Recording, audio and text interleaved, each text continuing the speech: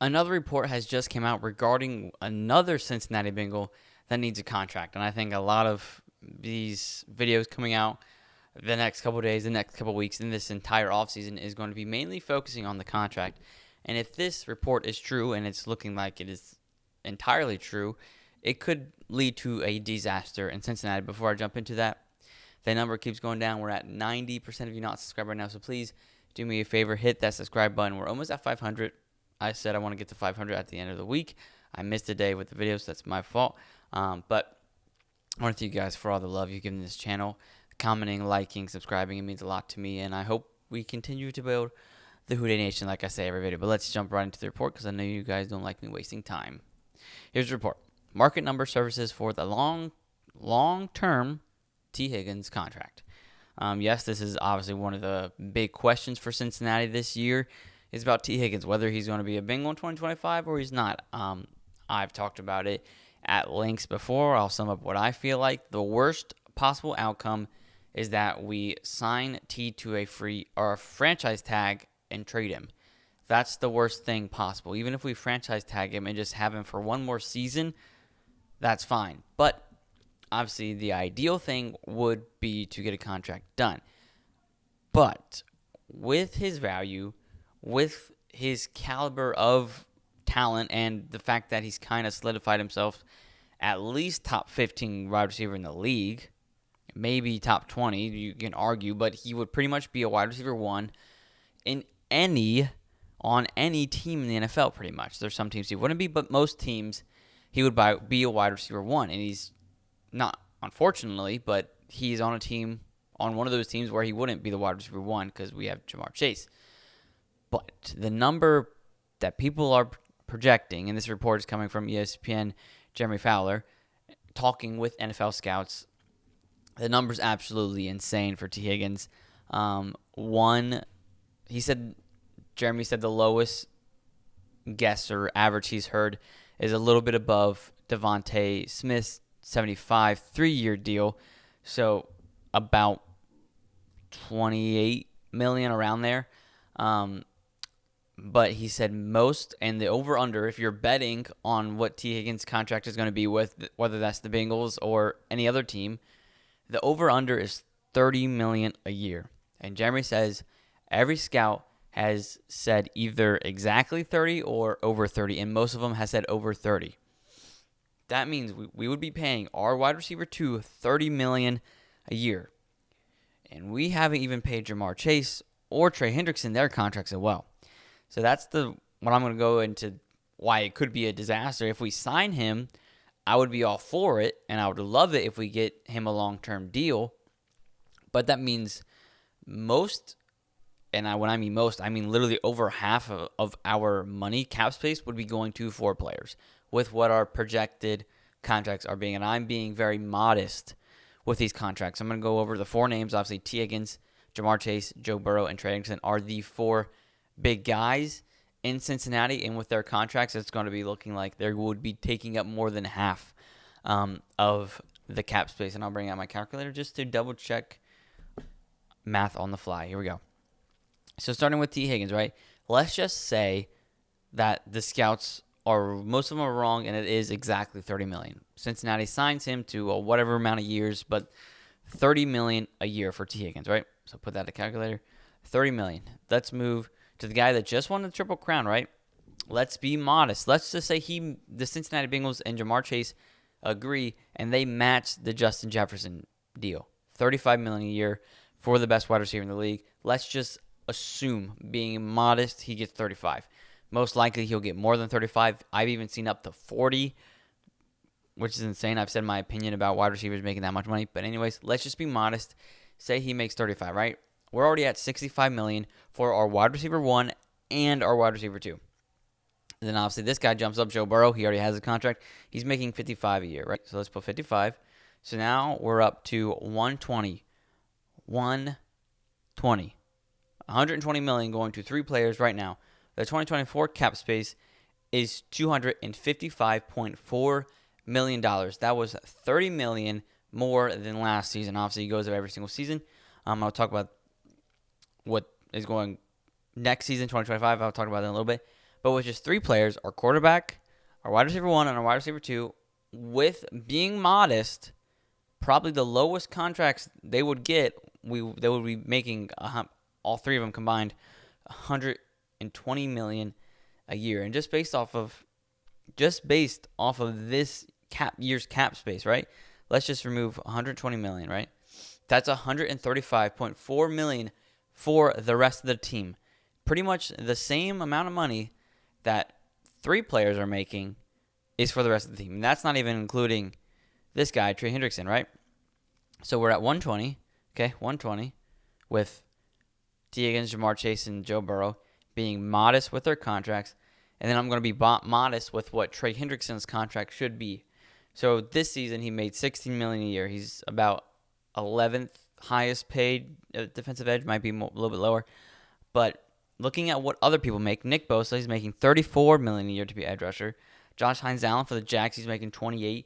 T.J. Watt for the Steelers making $28. Myles Garrett's making $25 a year for the Browns. So let's just be modest. Let's say he makes $25, right? Add $25 to that. $145 million going to Tee Higgins, Jamar Chase, Joe Burrow, and Trey Hendrickson. Just 4 players on our entire team combined would make $145 million a year. A year, right? So let's just imagine we're in 2024 cap space, right? $255.4 million. That's $30 million more than last season, minus 145. Based off last year's cap space, for the rest of the team, right? Quick math, ready? There's 11 players on offense, 11 players on defense. So that means you have 22 starters altogether. And that's not including the other 30 that are on the active roster, right? So if let's say we just had to pay our starters, okay? We would mean between 18 of the other starters, right? 18 of the other starters, not including Tee Higgins, Jamar Chase, and Joe Burrow and Trey Hendrickson. For 18 people in the 2024 cap space, we would have $110.4 million to spend on the rest of them, which would mean, 110 basically divided by 18. Based off of 2024 cap space, we would have $6.13 million to work with per player, just the starters, right? Just the starters. 53 active roster. So 49 players that you have to pay outside of the big four, right? 110 divided by 49. $2.24 million to work with the rest of your active roster. Yes, there's a lot of rookies that are making literally in like the 100,000 range, but still. Now let's go to 2026 or I'm going really far. 2025 estimated cap space is going to be between 265 mil to 275 mil. So it's either going to go up by 10 or by 2 or by 20. So let's just do the math. And I already did it, but I'll double check it again, real time. Let's just say I'll put that over, go here. Let's just say, right, it goes to 265. For the 2025 cap space, it's 265. We decide to pay Tee Higgins, like I said, 30, right? We convince him to go 30. We convince Jamar Chase to go 35, all right? That's 65 already. Joe Burrow, he's already making 55, so we add 55 to that. And then we give Trey Hendrickson 25, right? Trey Hendrickson 25. Once again, $145 million. So let's just say they only increase it by $10 million. So $265 million minus $145 million. That would mean we would have $120 million left for just the 18 other starters that have to get paid. So that would mean, quick math here, I already did it, yep, $6.6 million per rest of the starters, not including already named Tee Higgins, Jamar Chase, Joe Burrow, and Trey Hendrickson. 6.6. You know how much money Sam Hubbard's making? $10 million. You know how much money Sheldon Rankins making? $14. You know how much Geno Stone's making? $7. There's a lot of players on this defense, especially and our offense, that have to get paid. Alex Kappa, he's getting $10 million, something like that, something crazy. And you not even mention Orlando Brown Jr., Ted Karras. There's a lot of guys that have to get paid on this team. And that's why I think Duke Tobin was said, you can't have the highest paid player in each position on your team. It just doesn't work that way because you don't have enough money to go around. But let's be optimistic, right? So let's say they increase it by $20 million, and then the cap space for 2025 is $275 million. Then you minus Tee Higgins, Joe Burrow's, Jamar Chase, and Trey Hendrickson's money from that, if we're being modest with their contracts, right? $130 million rest for the 18 starters, right? So if you divide that by 18, $130 million left for the starters, you get $7.2 million per starter, but there's more than just the 22 players on that start. We got to go the entire active roster, which is a 53-man roster, right? So once again, 49. So I'm a win away. I think it's 130. Yep, 130 divided by 49. You have $2.65 million per player outside of the big four. That's insane. That's not a lot of wiggle room at all. But there's a lot of opportunity the Bengals have, and you can go find posts about it. I'm not going to go into all the big numbers, right? Let's just average it out to about 40 million, and it'll make sense. There's a lot of guys, and I've talked about some of them, that I think should be cut from the Cincinnati Bengals. Obviously, if you cut a player, that meaning their contract isn't over, which means you're going to have to take a dead cap space, which means you're paying some of them money, and then they take away some of the cap space money. So that's why I'm not going to go into some of the numbers, because I'm going to be honest, I don't fully understand it. But you can look it up and understand all the numbers. But I'm going to average each of them out to about 10 million, so it will be 40 million. The main cut candidates, right, are Sam Hubbard, who's making around 10, Alex Kappa making around 10, Sean Wright, because I think he's making 14, and Zach Moss, which is making about 8 million, maybe more. I'm not exactly sure. But let's just average them out. So let's say they're all making $10 million. So if they make the 2025 cap space $265 million, instead of having $120 million for the rest, we would go up to $160 for the rest of the players, which would make it $3.26 million for the rest of that entire active roster, which makes it a lot easier, right? What about if it's 275, right? So 275 minus the big four contract, 130, plus the 40 million average would go to 170. For the rest of the active roster would have $3.46 million. So and you can even add a lot of people are talking about Jermaine Pratt into that, and then maybe even Cam Taylor-Britt, which I think would be stupid. And I think Jermaine Pratt and Cam Taylor-Britt should be Bengals next season. But the Bengals have to do a lot this offseason to make sure these four stay together. I think the most likely not to stay together is obviously Tee Higgins. And with these numbers and the numbers being very modest in nature, I'm not going to lie, it looks very concerning with what Cincinnati wouldn't be able to do if they do sign Tee Higgins. There obviously is a world where you work around it. You cut who should be cut. You cut who needs to be cut, right? You pray and hope that Tee Higgins, Jamar Chase, and Trey Hendrickson value winning, right, more than getting the biggest paycheck. Not saying they haven't earned that paycheck, but if they want to win, look at Tom Brady. He was making average $20 million a year through his entire career because he knew the team needed that money to succeed and go bring in the players they needed to bring in to succeed. So you were you're hoping and praying that some of these players, maybe even Joe Burrow, take less money, because if you want to win a Super Bowl, we have to have this amount of money to go bring in guys. But with me being modest on their contracts, it's looking like literally more than half of the contract would be going to the big four players.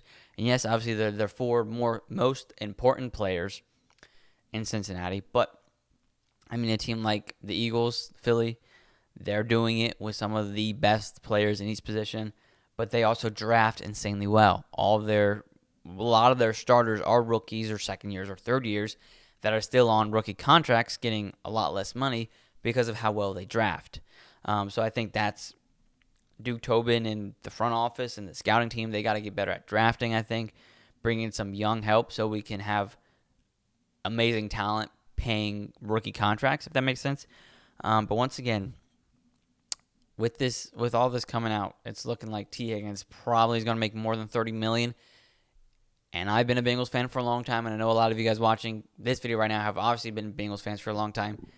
Mike Brown and the Cincinnati organization entirely is a cheap organization. They want to put the cheapest product they can on the field.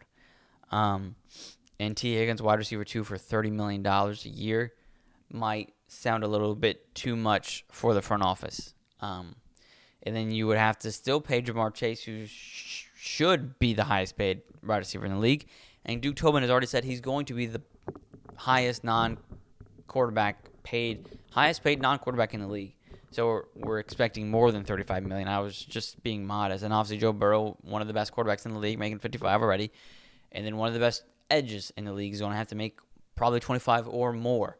And that takes up like that half of your cap space gone. But it's very much doable.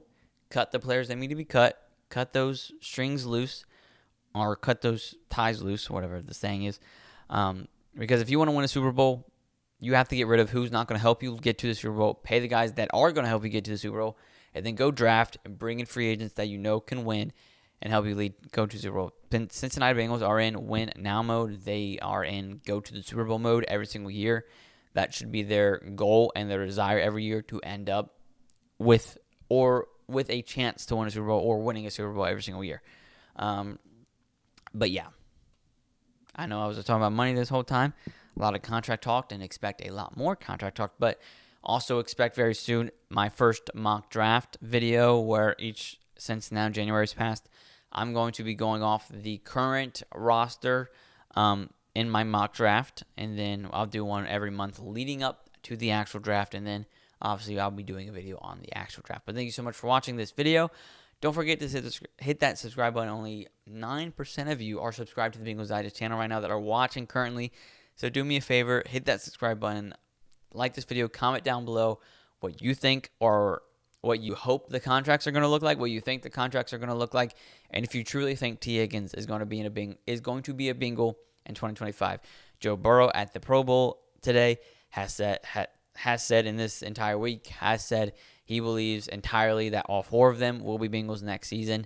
Obviously, some of them still have contracts, so 3 of them will be Bengals, but you get what he's saying. He's saying he thinks all 4 of them will get long-term deals. But let me know what you think in the comments down below. Thank you so much for watching. I'm Carson Lokey. I'll see you next time on the Bengals Digest channel.